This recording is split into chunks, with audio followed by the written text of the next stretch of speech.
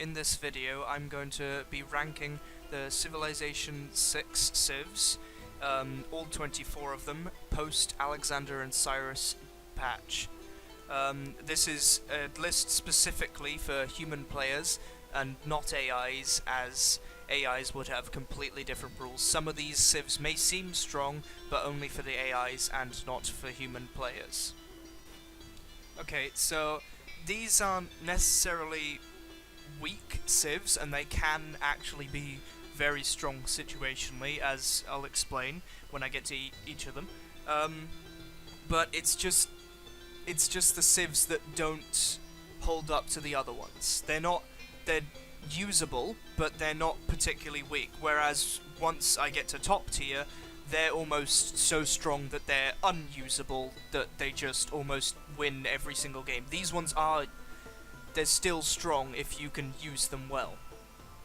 Okay, so right at the bottom we have Gilgamesh and Samaria. This is a prime example of bonuses for the AI that will work great for the AI, but not so good for human players, because, for example, they give bonuses for being allies with people and joint war, and it's very rare that humans will do joint wars together. As an AI, it can be really strong, but not so much with a human player.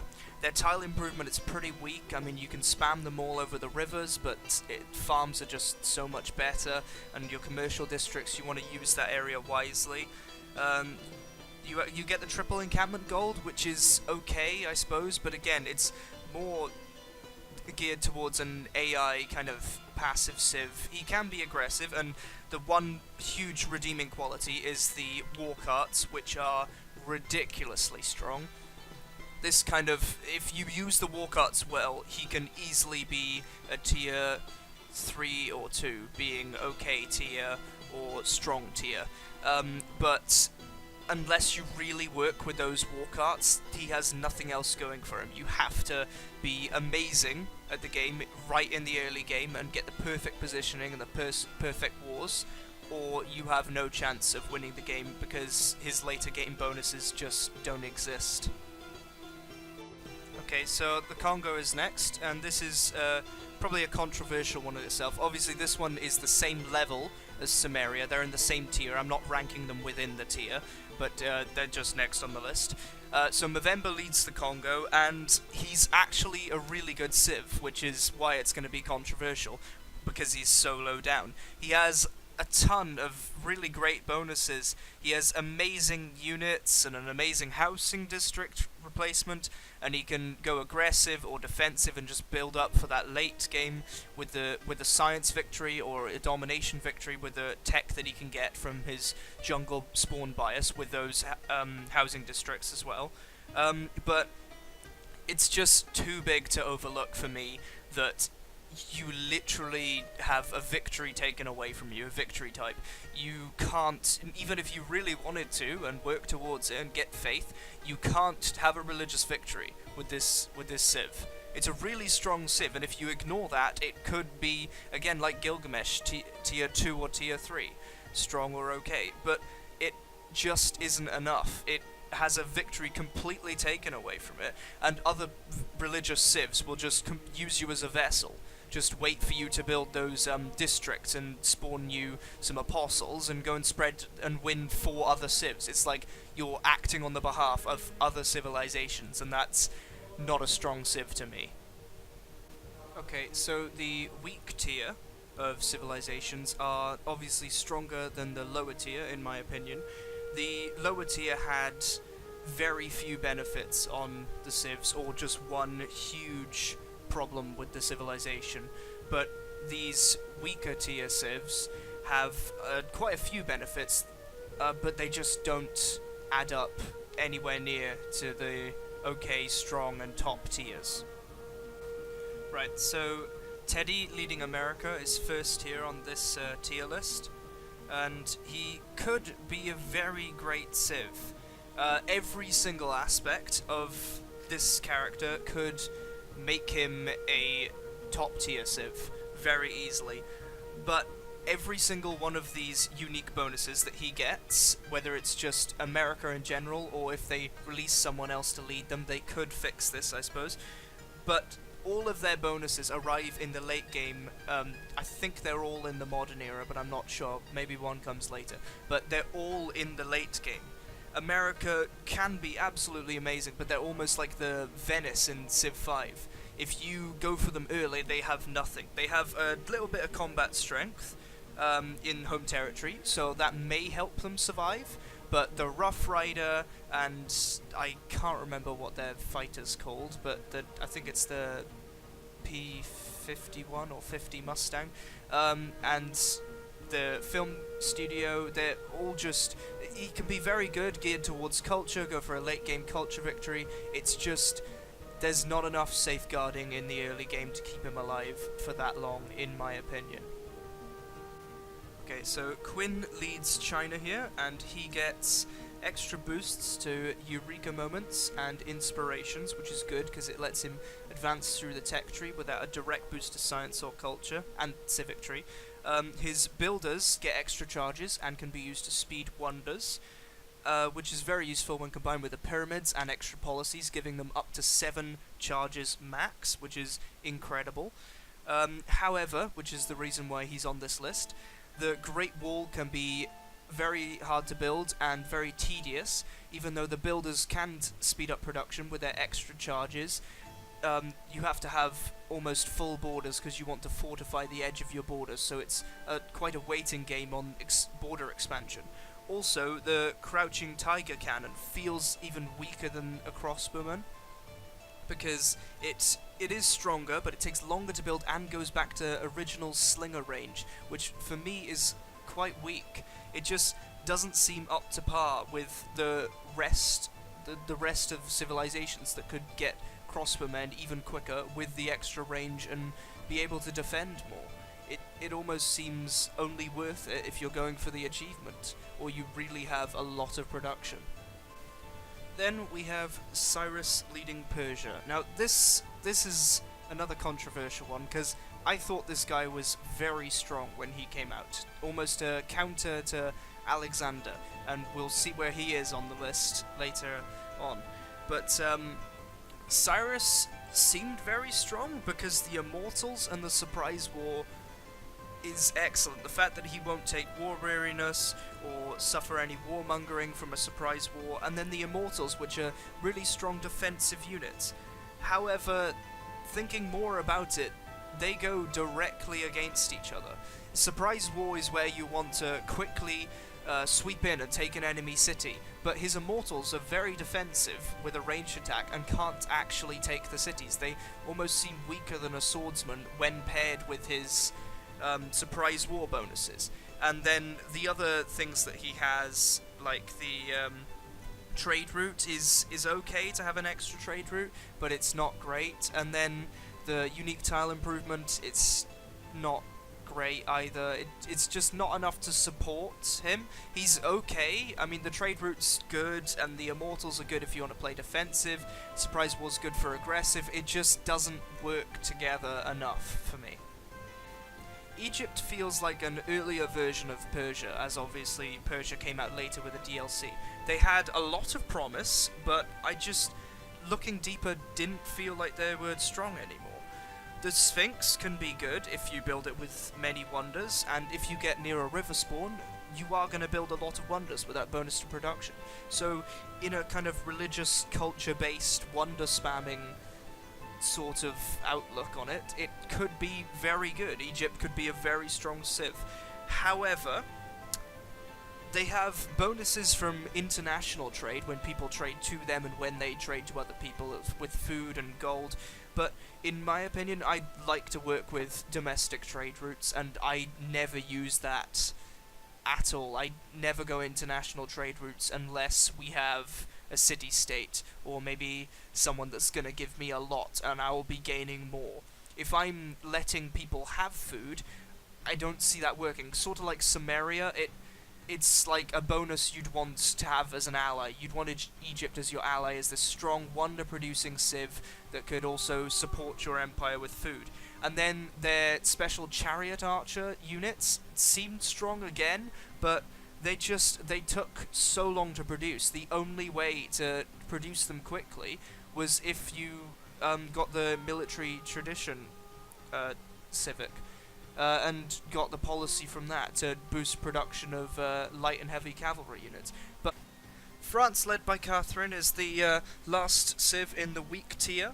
Her chateau arrives way too late in the fact that the culture boost won't help you with civics, and they require precise placement next to rivers and luxury resources, and it's just too much effort to put in, and not enough from all this micromanaging of your empire. Her bonus to later wonders in the game is also just not strong enough, because she has no direct boosts to culture or science early on to get those technologies, to get the later wonders. Her Imperial Guard and the early spy are pretty strong, but it's nothing special for the civ. There's nothing really strong about them that makes them look better over all the other civs or make them a big winner of the game. It's not enough. The Imperial Guard can be really strong for pushing people out of your borders, and the early spy lets you get extra information on people, with Catherine getting extra information anyway, but there's no threat from her. The Guard Imperial will defend their own land, and no one's going to come into your own land because you're not going to be strong with the wonders. It's just never going to be good enough. The bonuses are never going to outweigh the negatives. Next up is the OK tier. Although it may seem the theme already, these are the big civs that depend on situational bonuses. They really need things to happen in the game or have specific focuses, but they can be incredible if they meet them. Queen Tamiris leads Scythia, and you can be incredibly strong if you rush the horse archers. Unlike Persia, that would want to go on the aggressive, but their units can only do range attacks and can't take cities, Scythia's horse archers can be paired with just normal horsemen because they don't replace each other, and can be very strong because both of them are light cavalry, and you can produce double when you produce one. So that is incredibly strong, but however, it doesn't mean you can win many other victory types. You'll be stuck to this one domination victory early game, and possibly in the late game, as cavalry and helicopters do include in the light cavalry class type. But science victory and possibly religious victory, but culture victory, they're just off the table, and you have to do well in the early game or it's just not going to work. You can heal from killing units, you can get an army that just covers the entire land, you can be incredibly strong if you use what you have, but if you don't use what you have, it's just not going to work. Arabia is another one of those civs like Persia and Egypt that looked really good but just didn't come through. The Last Prophet ability, which literally gives you the last prophet, looked incredible. A free doorway to a victory type. But when you think about it, that prophet is the last prophet as the ability is named, and most of the beliefs will be taken by religions that have already been founded. You'll be left with the worst benefits for your religion, and it won't make a religion good enough. And then if you're going for a religion early, you're ignoring that benefit whatsoever. That unique aspect that Arabia brings is completely being ignored because of how weak it is. The Mamluks can be incredibly strong, especially in the hands of the AI as they heal each turn, and their science output can be very strong, but all the things need to be produced around the same time, and sometimes it can clash. This civ again can be a really good civ situationally if you can get the production, but otherwise they're worryingly weak for how many bonuses they have. This civ is the one that I wasn't sure about what list to put it on, the weak tier or the okay tier, but I realize how strong they can be after playing them. They don't really have any good bonuses at all, besides one. The colonial food and gold bonuses and production bonuses from trade just aren't enough, and the armadas and fleets just aren't enough when you compare them to the naval prowess of Howard Hardrada or Queen Victoria. It's just not enough. However, their huge upside is the Conquistadors, and they can be absolutely incredible. You pair them with any religious unit, which Spain are going to be good at anyway, and they become incredibly strong. You conquer cities, and you turn them onto your side. You can go both domination and religion at the same time, and it works. You can follow two victory paths, and it actually works. It's not like trying to go for a culture victory and a science victory. You're not going to dominate the world with culture while trying to build a spaceship. But Spain can actually do this because of the Conquistadors. They're just so strong. There's not many other points to make about this. Their unique and tile improvement is just too weak to really even consider. The only thing that's put in Spain here are the Conquistadors. They can wipe out entire civilizations based on the fact that they have a good religion and can make religious units. Montezuma leads the Aztecs, and he is deceptively strong. His amenities can go to 2 extra cities, so you can play very wide, and also focus on his other side of the game, which is early war and domination. He has a unique warrior replacement, which means he starts with it at the start of the game, asserting early dominance right from the beginning. That allows you to fight against city-states and civs, not barbarians, because that would be definitely too strong and make him a top tier, if not even higher if that would exist in the future.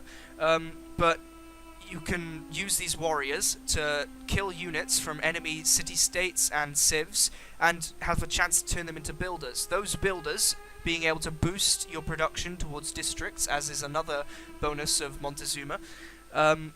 He has also got a unique entertainment district building, which allows you to get great general points and faith on top of the original amenity. So basically, in summary, this guy's going to be very good with going wide and spamming cities everywhere and getting wars, capturing amenities, just going nuts in the early game. But you need to really capitalize on that early game, because civs like Alexander and Cyrus, Macedonia and Persia, are gonna elapse you completely when they get their stronger units. So you need to go in the early game whilst you're strong.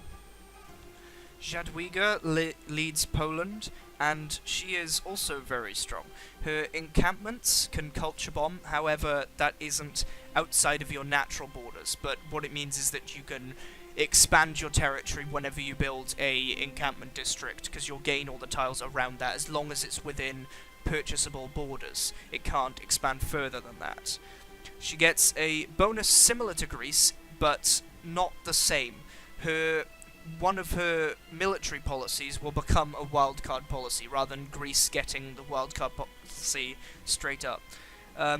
So it's not as good as Greece because you're losing out on a military policy, but Poland gets other things like their unique building, which is possibly their strongest point, in the commercial district, which allows for international trade routes to get production, and you get extra gold for domestic trade routes, which is good because international wouldn't normally give you production and domestic wouldn't normally give you gold. Also, she has a winged hussar, which aren't great. They're sort of the same strength as knights. I suppose they can work if you're really chasing someone away from your borders, but they're just not really strong enough to consider.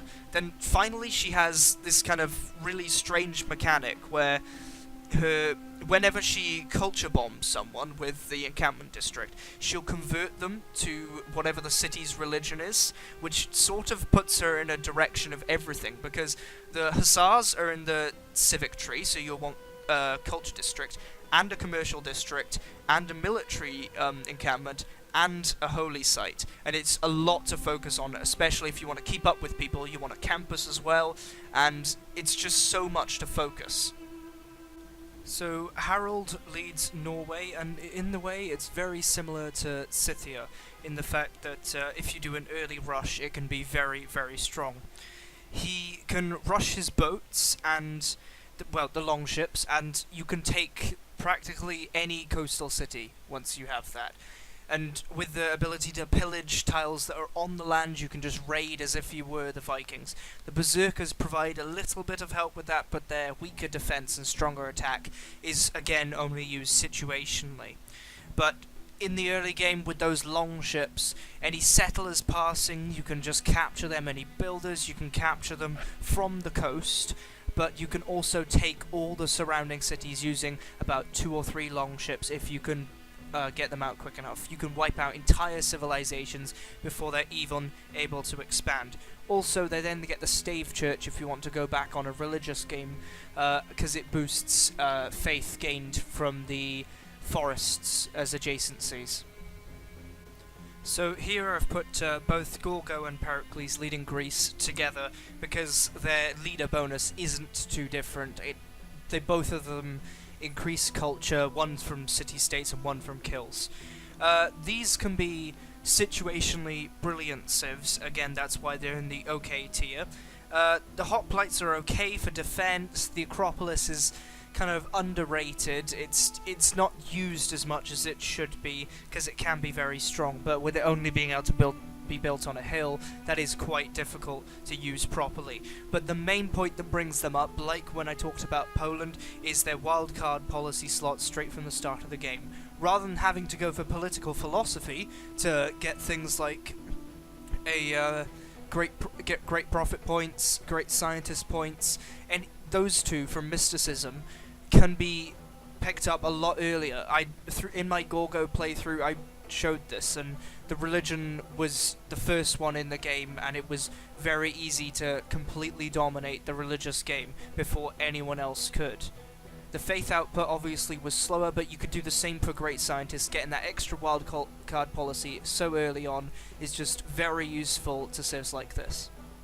India, led by Gandhi, is the last civ that I have put in the OK tier section of this tier list.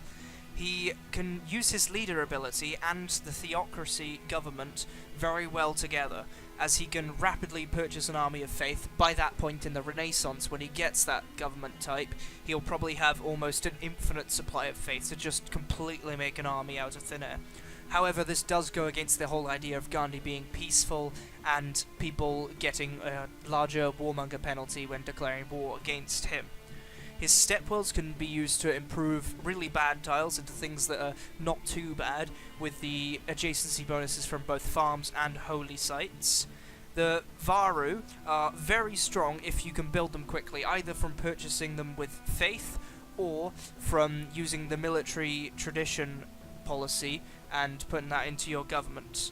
He can be a very strong civ, again, situationally, like most of these in the OK tier, but it kind of does break the idea of him being Gandhi. Next up is the strong tier of civilizations, which the name goes for itself, are a lot stronger and actually game-winning. Okay, first up is England, led by Victoria. This civ could be in the OK tier section, or even in the weak tier section. However, if you focus on colonizing, this could be the best civ in the game. It's just ridiculous how strong they can be. You can send your red guards across the sea and dominate the land if they're on a different continent. You can send your sea dogs into the sea and dominate the sea. You can spawn you can settle cities on other continents and they will spawn a melee unit or red guard if you have that technology, and from that you can just go insane with colonization and naval dominance and anything on the coast really. And then when all that's said and done, you have a culture victory to rely on after that, where you can use archaeologists even more effectively than other civilizations could. If you pair that with a terracotta army, you can go through other people's territory with the archaeologists, and that can be insanely strong. Just in general, if you spam out culture but distract people with your naval dominance in the mid-game, you can be a very, very strong civ, and obviously you have a dock as well to rely on with extra boosts to everything, food, gold, and embarking and disembarking. Rome is led by Trajan, and much like the Aztecs, you can play very wide with this civilization, getting as many cities as physically possible, as you will get the monuments spawning in your city's early game right from the start. With every city you build, your culture will be increased significantly, which is a great boost, and you can get to early empire quickly. That lets you spam out cities, and all of those will be connected by roads, giving you more gold from trade routes and more speed between the two. The legions help you fortify your borders for the early game and help you build up for the late game, almost as like a safety net. If your early game's going bad, you have these stronger versions of the soldiers that you can use to defend yourself. And mainly, the Bath district. Instead of an aqueduct, which is an amazing district in itself, it is one of the most important in my opinion, because it decides where your cities go.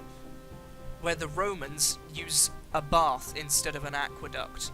Not in a weird way, but in a way that they can use it to increase their housing and amenities in every city. They will get the normal aqueduct bonuses, but bonus housing and bonus amenities from the bath.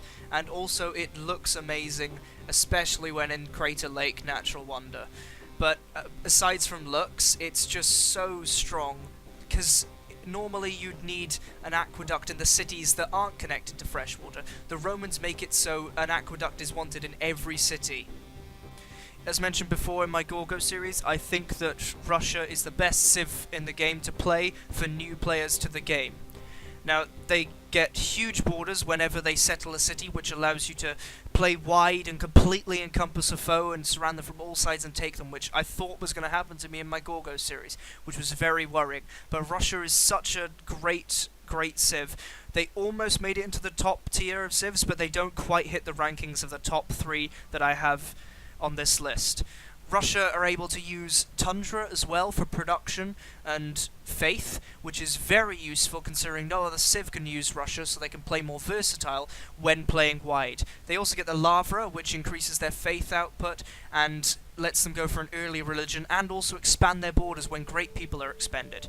Finally, they get the Cossack, which is a hit-and-run type unit, which were incredible in Civ 5, and made the best units in the game, and have returned now with Russia, making them an all-round, absolutely incredible civ. Hojo leads Japan, and he, again, is a very strong civilization. Early game, this helps him more, but he can use the coast and the land adjacent to the coast for his land units to really turn the tide of a war with the extra combat strength if you can lure people near the coast. In the late game, it's still a boost, but it's not felt as much. With the early game units like a warrior and a galley, that damage boost is very significant.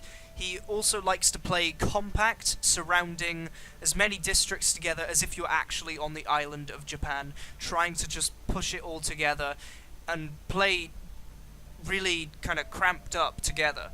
If you put that industrial district with the electronics factory that he also gets, giving extra production, extra culture, and extra tourism to the surrounding tiles, if you put that industrial district with the electronics factory in the middle and surround it by districts, not only are you going to get an achievement, but you're going to have an insanely strong productive city. And also, you're going to be producing things like culture, faith, gold, whatever it is, whatever's surrounding that industrial district. And those adjacency bonuses of the industrial district are going to affect other districts around it within the tile limit. Japan finally has the samurai, which are not too strong. They're not ridiculously overpowered, but they're still quite good. You get them at the technology pikemen, and they fight at full strength always, like they used to in Civ 5. Frederick Barbarossa leads Germany, and he is, again, because he's in this tier, a very strong civilization. He gets an extra military policy, not at the cost of anything, just an extra one, and that can give you some very good early game combinations when it's next to his city-state ability that he can kill city-states a lot quicker with extra combat strength when fighting them. This is based on the fact that he went on the crusade against Jerusalem, which actually is an achievement in the game if you kill Jerusalem, or hold their city. You can build an extra district for how much population you have, so once you get 3 you can build 2 districts rather than the 1. The Hansa, the unique production district that Frederick gets gives more production and can build faster. It gives more production based on strategic resources that are around it, and building faster is very crucial. He then finally gets the U-boats in the later game, which, playing Frederick, you don't really get to experiment much with, as you're normally already winning by that point, and there's no real need to go aggressive when you can just go to space instead with science and production. Okay, so finally we have the top tier civs. As I've mentioned, there are 3 of them, and obviously they're the 3 left, so these civs are, in my opinion, just so strong that they are almost game-breaking. Like I said, when talking about the lower tier, those civs can be played and can be strong and can win the game, but these are almost unplayable because the game becomes easy. They're just so unbelievably strong that you can dominate the game just entirely. They take some understanding, but once you know what you're doing with them, these civilizations are ridiculous. Now, genuinely, this is a civilization that I laughed at when it first came out, because a lot of people had a problem with this game, and that main problem was that War Weariness is very strong. I've watched a lot of playthroughs, and War Weariness seems to be too strong for the game. It destroys a civilization whenever you go to war, and I was almost hysterical when I heard that almost their solution to this was create a civilization that takes this huge game mechanic that changes the game completely and remove it from the civilization. Alexander gets no war weariness whatsoever. He has strong units to abuse that, both the cavalry and the swordsman replacement. I can't exactly remember their names. One's, I think it's Hypatist and Hariotai, but I can't really remember. And he can use those to take cities, to conquer the world, to do whatever the heck Alexander wants, because he's both the most annoying and overpowered person in the game, and whilst doing all the conquering, he can keep up with science, because when he produces units with a special barracks replacement, he can get science based on the unit, and to me that is ridiculously strong, and he needs to be stopped the second that you find him. The last 2 civs aren't like Alexander. They focus on more winning the later game rather than running around killing everyone. Alexander could contest with these 2 if he found them early enough before they went insane. First of all, we have Brazil, who, if you spawn in a jungle, which it's very likely that you do, you can just go completely nuts. You can go in any direction you want, because every single jungle tile is giving you more adjacencies, but Campus gives you adjacency bonuses from jungle anyway, so it just only doubles that, so science victory is right out there. But that doesn't mean you have to go for it, because you can go through faith, you can go through culture, you can become rich, you can go production, you can do whatever the heck you want. I mean, apart from Harbour District or Entertainment District, which aren't getting any adjacency bonuses in the jungle, but on top of that, their entertainment district is a unique one, which is the Carnival, and it's quicker to build, and you get to do a special type of project which puts points towards great people, including the fact that Brazil get extra points towards great people anyway, and work around great people generally. Finally, they have an early battleship that is also stronger, and that's insane. That's not okay. Battleships are...